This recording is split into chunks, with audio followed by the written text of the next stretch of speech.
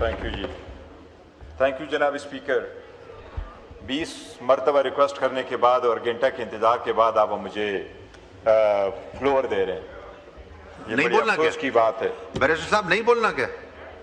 नहीं, मैंने बोलना है, दिस इज माय राइट, ये मेरा राइट है। नाराज नहीं होना मुस्तफा भाई, नाराज नहीं। जी जनाब स्पीकर, हमारे पास अवाम का मैंडेट है और उनके राइट के लिए बोल रहे हैं जनाब। जनाब स्पीकर।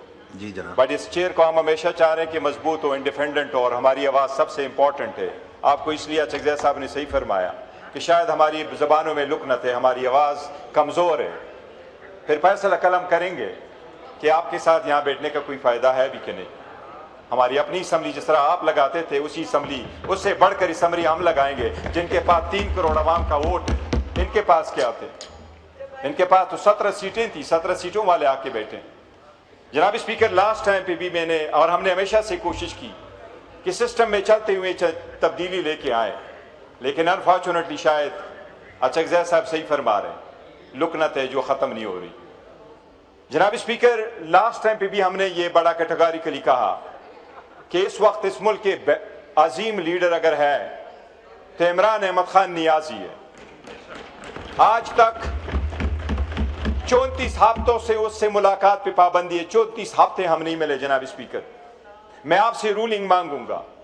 ये अवाम यहां बैठी हुई है, अपोजिशन या आपके साथ जो बैठी हुई है, हम ये कहना चाह रहे हैं कि आईन कानून के मुताबिक उसका राइट है, उससे साथ डॉक्टरों का मिलना, फैमिली का मिलना, लीडरान का मिलना अदालतों के ऑर्डर के मुताबिक है।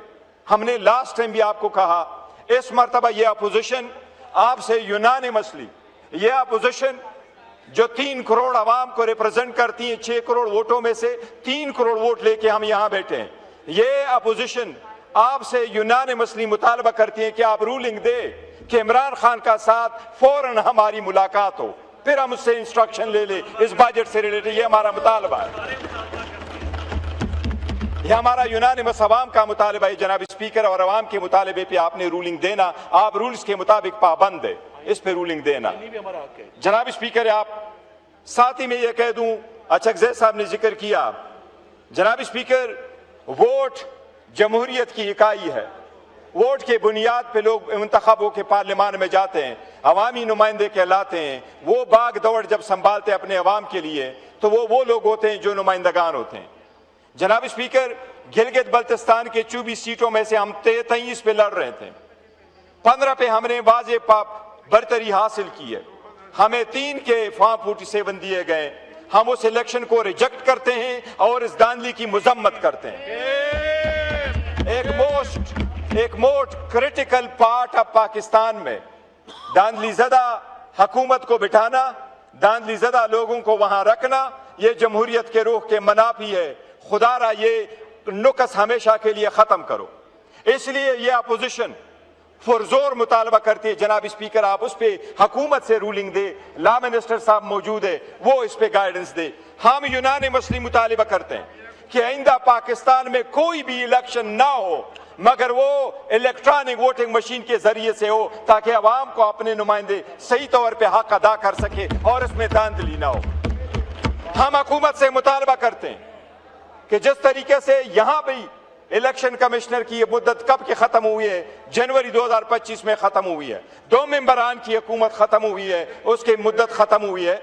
वजीर आजम साहब ने कभी लेटर नहीं लिखा मौजूदा लीडर ऑफ द अपोजिशन को कि हमारे साथ कौन से मेंबरान करे। जनाब स्पीकर, हम ये भी मुतालबा करते हैं कि इस सिस्टम को रिफॉर्म करे, इस सिस्टम को इस तरीके से जो चल रहा है दांधली ज़दा, इसको हम खत्म करने का मुतालबा करते हैं। ये यूनानिमस मुतालबा है इस अपोजिशन का, ये 3 करोड़ अवाम का। जनाब स्पीकर, मैं जनाब स्पीकर आजाद कश्मीर का ये कहता हूं, आजाद कश्मीर हमारा शाह रख गए। पाकिस्तान तहरीक इंसाफ तशद्दुद पे बिलीव नहीं करती, कानून के अपने हाथों पे बिलीव नहीं करती। जनाब स्पीकर, पहले भी कभी हुआ है, उसके नताज कैसे कंसिक्वेंसेस होते हैं। एक इंसान की जान को खुदा ने कहा, इंसानियत की जान चली जाती है। हम सबको कहेंगे, हुकूमत से भी मुतालबा करेंगे कि जो भी मसाइल है अवामी मुतालबात की सपोर्ट करते हैं। 12 सीटों पे हमारा मौके पर आए कि आईनी मुतालबा है।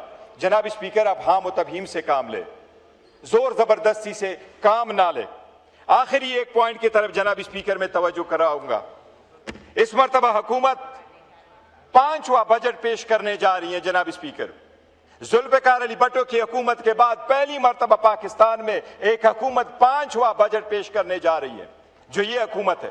एक वजीर आजम लेकिन ये ऐसी नालायक और ऐसी तरह फेल हुकूमत है कि आज इनको अपने डिफेंस के स्ट्रेटेजिक नीड्स के लिए, डिफेंस बजट की पूरा करने के लिए भी पैसे पूरे नहीं है।